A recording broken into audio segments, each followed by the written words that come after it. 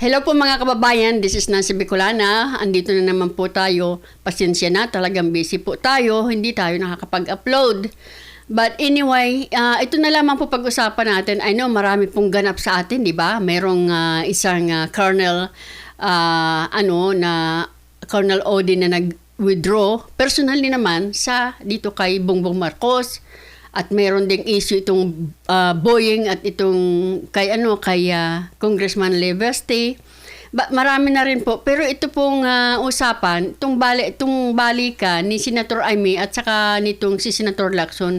Ito pong si Senator Lacson ay parang medyo pikon talaga siya kay Senator Amy. Kasi nga po, kung ang dami pong mga sinabing hindi naman po maganda itong si Senator Lacson na unang-una tinawag na po niya na parang walang moral ascendancy itong si Senator Amy at kung dadak-dak ng dakdak at nasabi pa niya na parang gusto mag-apply parang maging miyaw ng Senate kumbaga.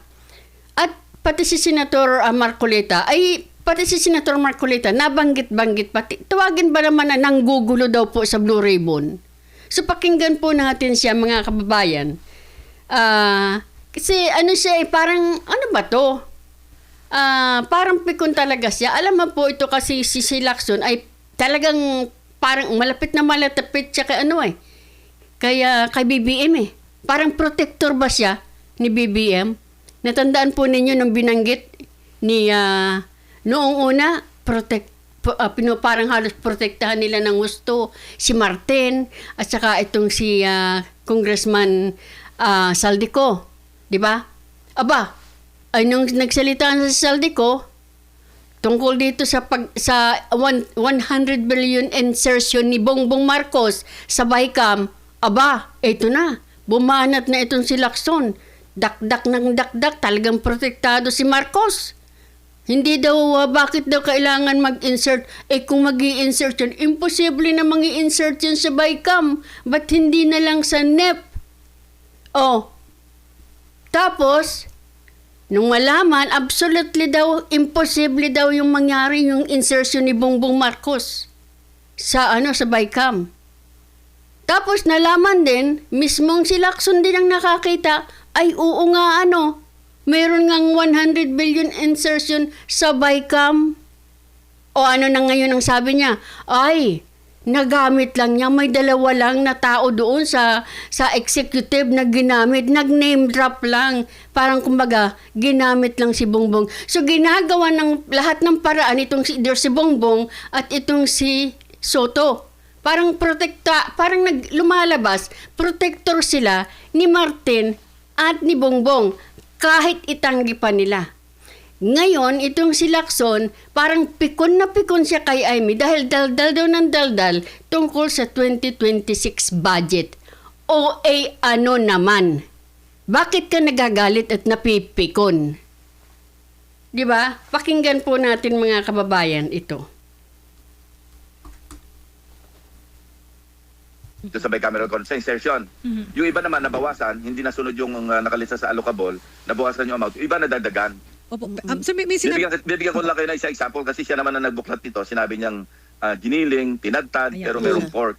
Si Senator Amy. Meron siyang allocable doon na 2.5 billion pesos doon sa NEP, doon sa Cabral Files. Meron din siyang napasama kasi burado na yung allocables, yung sa NEP pa lang yun eh.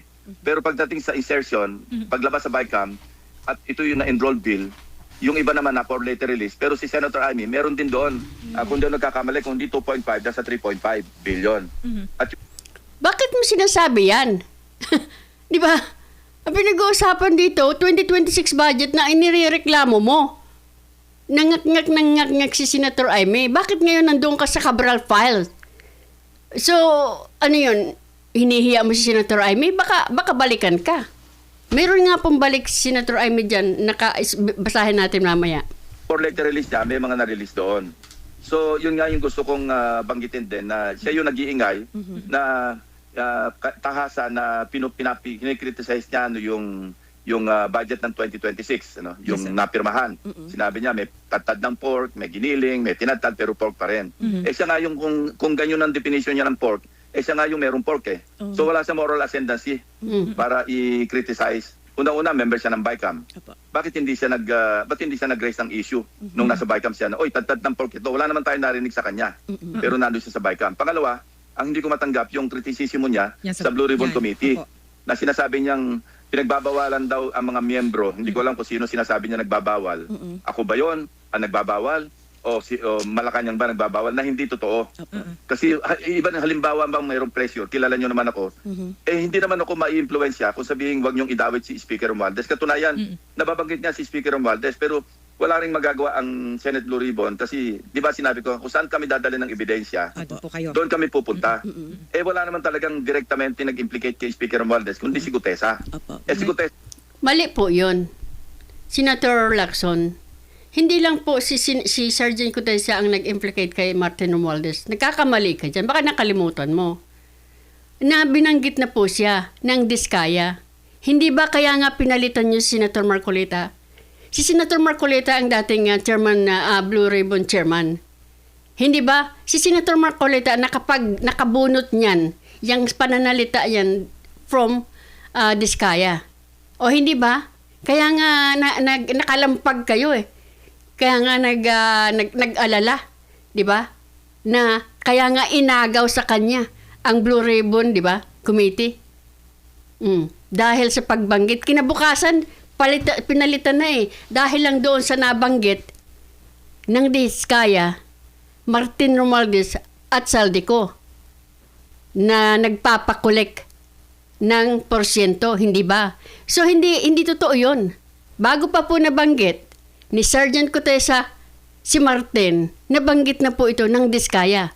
On top of that, nabanggit na rin siya ni Saldico. So, wag kang pumunta doon, di pa kami nakakalimot. Di ba? Wag kang pumunta doon dahil matanda na ako, sure. Senior citizen, pero makakalimutin na ako, pero yung bagay na yun, hindi ko nakakalimutan. Hindi lang po si Sergeant Gutesa ang nag-implicate kay Martin.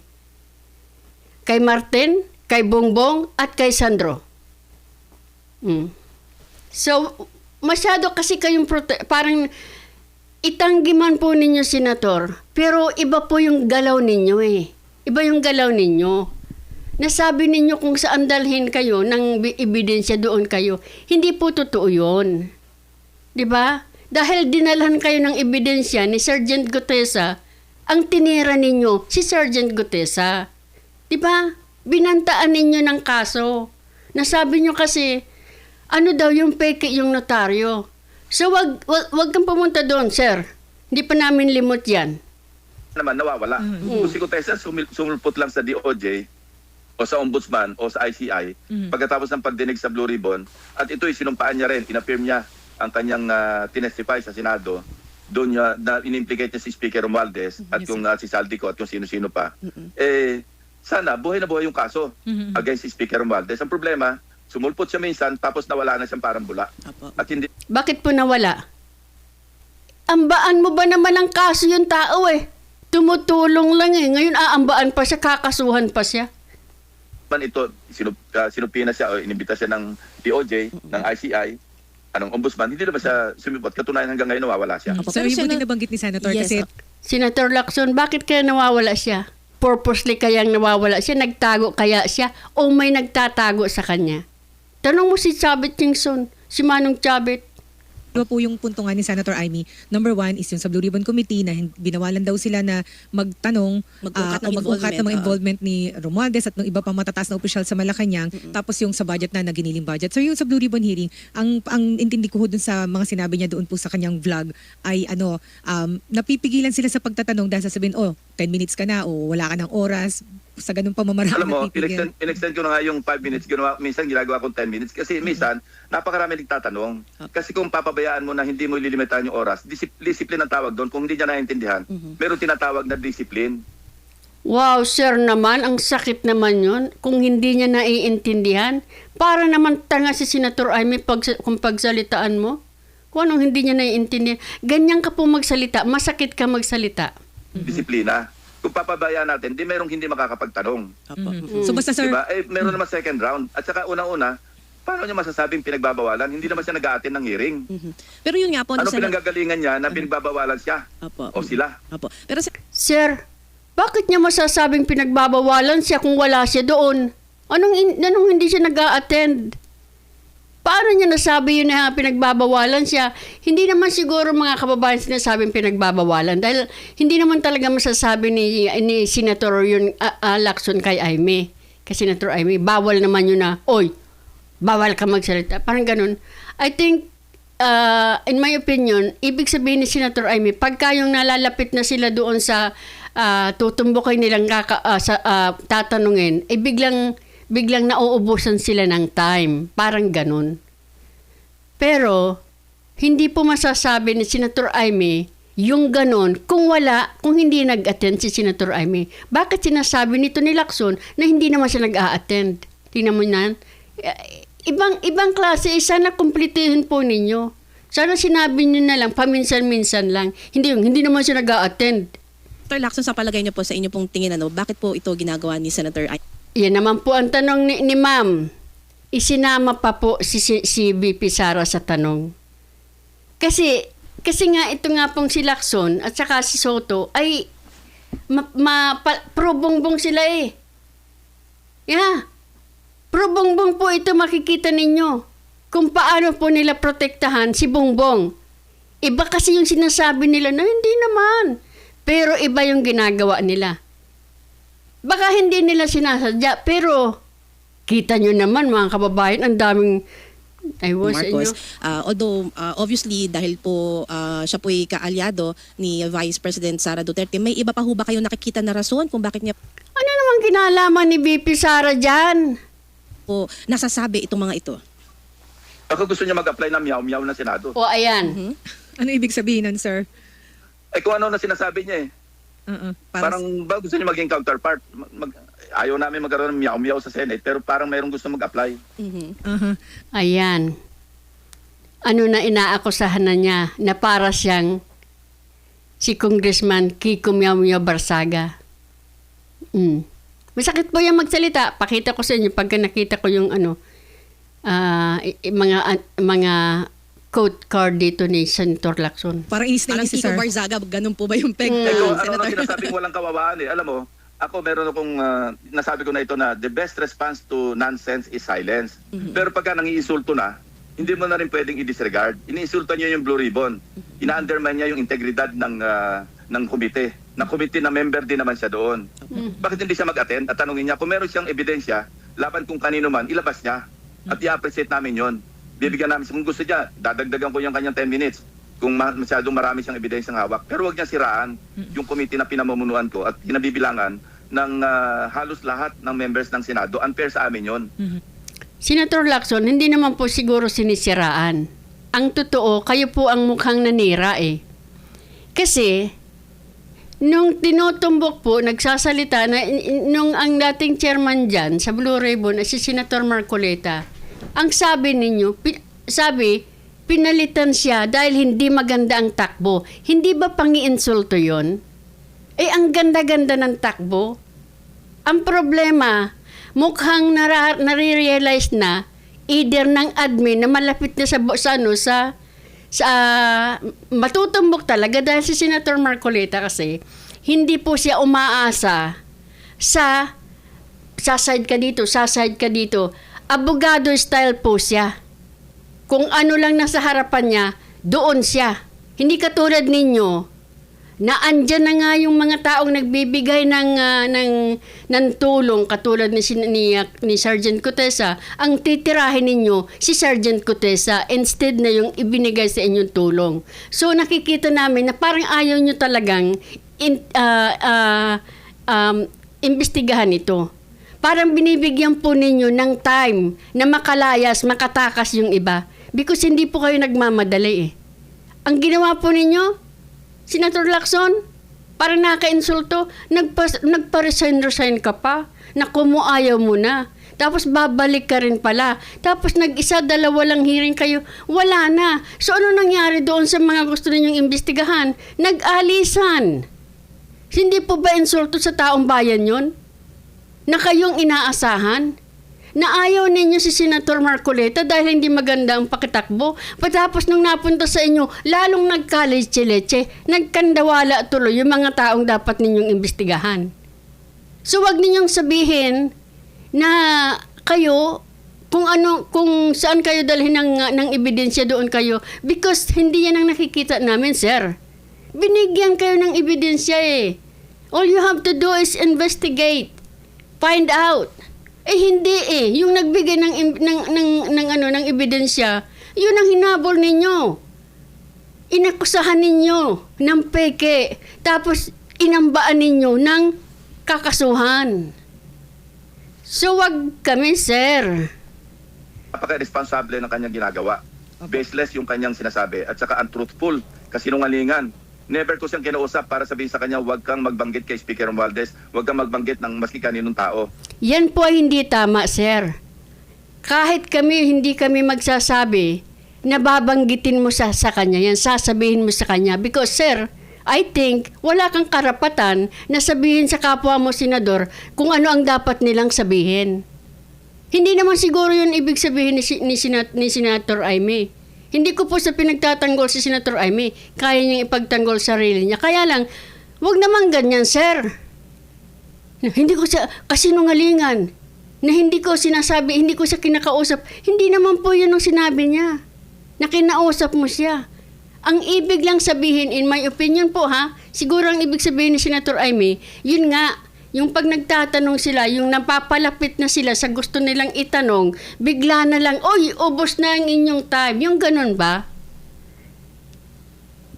So, wag masyadong pikon, sir. Kasi marami din kayong kapalpakan talagang ginawa. Unang-una, hindi nga siya nag-a-attend eh. Anong sasabihin niya na pinagbabawalan sila?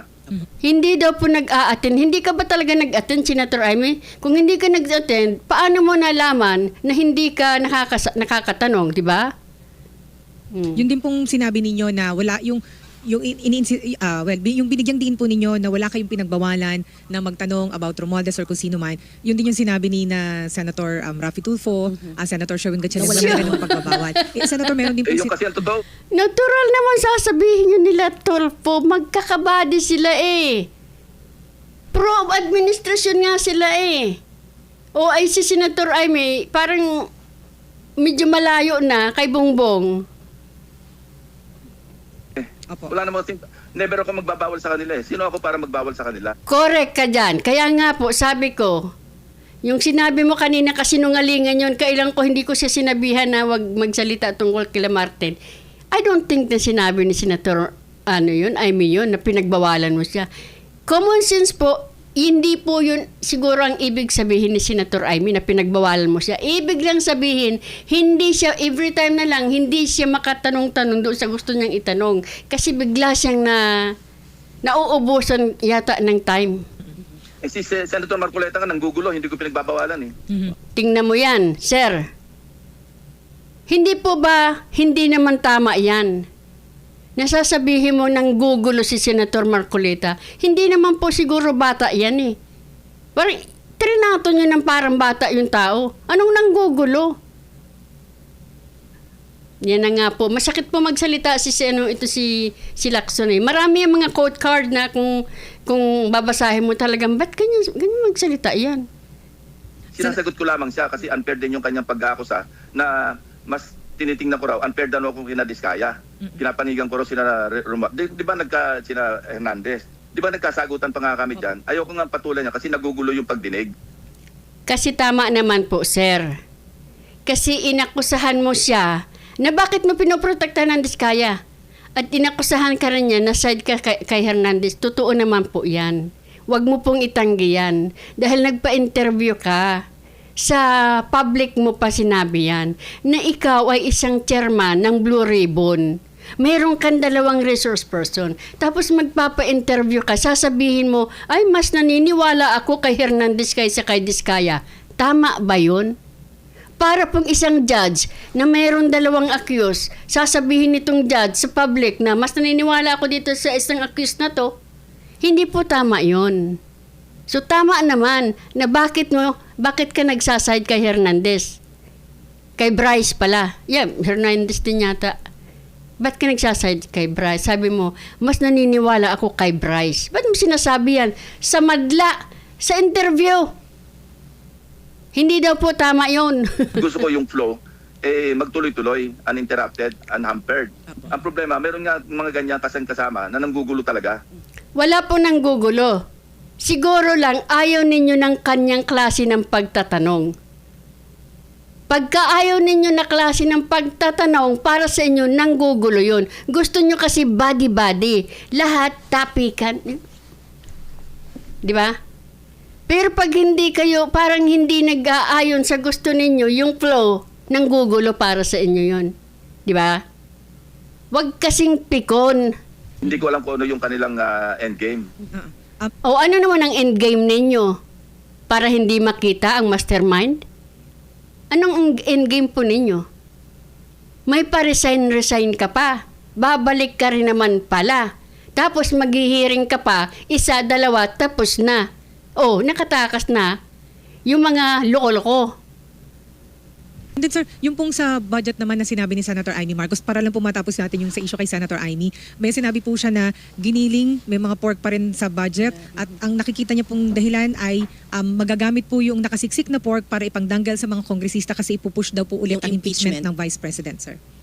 Again, member siya ng BICAM. Ba't hindi niya nilabas doon? Bakit ngayon niya nilalabas nung napirmahan na yung budget? Nandun siya sa BICAM eh. Di sana doon niya sinabi, oy, may mga giniling dito, may mga tinatad. Isa pa, yung baka nire-refer niya, yung mga AIX, AKAP, TUPAD, MAIPIP.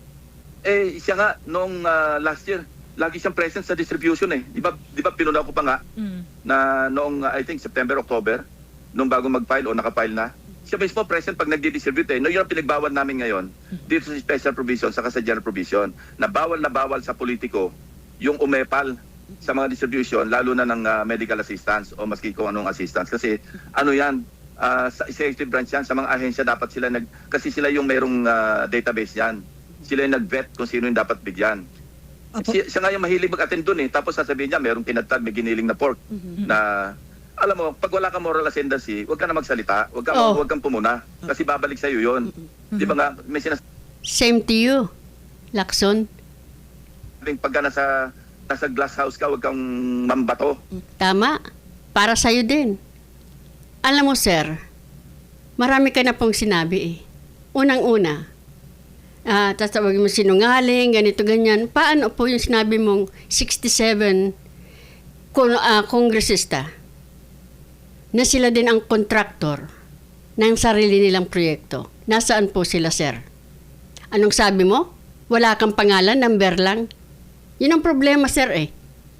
Ikaw nagsasabi, mayroong 67 dyan na kongresista na sila ay kontraktor ng sarili nilang proyekto.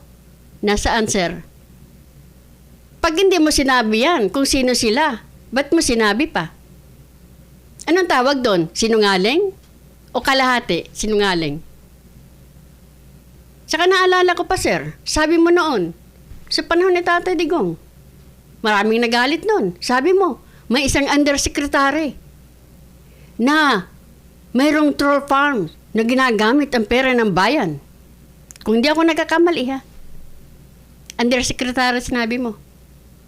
Sino po yun? Hanggang ngayon di namin alam eh. Ngayon sir, mayroong nahuli. Mayroong nakaalam. Ang tawag nila ngayon noon, hindi na troll farm. Keyboard warriors. Binabayaran din po ng pera ng taong bayan. Nasaan pong nagsalita ka ba tungkol dyan? Nako. Ewan. Tama. Pag ikaw ay nakatira sa glass house, huwag ka mambato. Di ba? So, pero may chance ho ba? Sorry, meron ho bang pagkakataon o may panganib na magamit yung national budget para idanggal sa mga kongresista para po Yes! mailusot yung impeachment ng Vice President? Yes! Hindi ko masasagot yun kasi hindi nangyayari sa Senate yun eh. Sa Congress, narinig natin yan, yung unang impeachment, di ba? Oh, di ba? Nangyari na noon. Ano naman ang himalat hindi mangyayari ngayon? Yung bang pangarap nilang ipa-impeach si VP Sara, ay nagbago na ngayon? Meron talagang mga naipamudmud noon. Yun ang report na nagaling din sa House. Kasi yan din ang sinabi ni Congressman Toby Tiangco. Saka sina Congressman Erice. Opo. So, hindi na namin saklaw yun kasi ang impeachment, ini-initiate naman yan sa House. Kung meron mang ganon, dadaan pa naman sa Senado yan eh. Kami yung mag-a-acquit at mag-convict eh. Opo. Ito pala mga kababayan ang sagot ni Senator Amy doon sa mga aligasyon nito.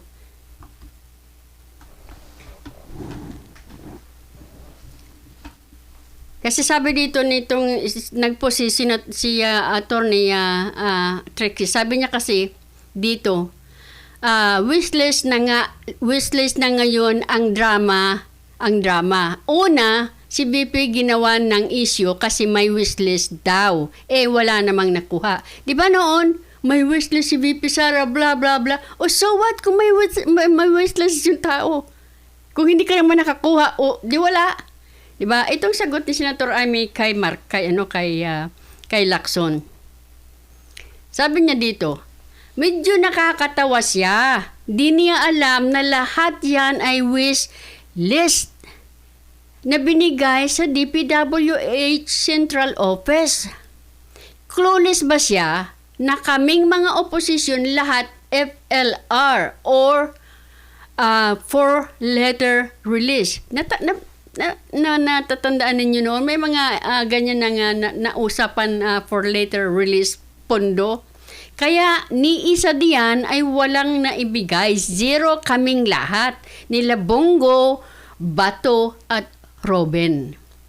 At malay ko ba sa allocables ng admin? Sa aming dalawa, hindi ako ang abogada ng Malacanang. Ayan, parinig. Kasi diba sabi ko, para sila kasing protector na ng Malacanang eh. Para ng gwardya ng Malacanang. Para ng abogado. Justice pa. Diba? Lahat na lang ginawa nila para protektahan si Bongbong eh. Diba? Sabi niya, parang masyadong gigil itong si Senator Ping sa akin. Baka makipagsabunutan, sure akong talo ako dyan. Ay, talo ka talaga, Senator Amy. Mas marami kang buhok kaysa kay Lacson. So,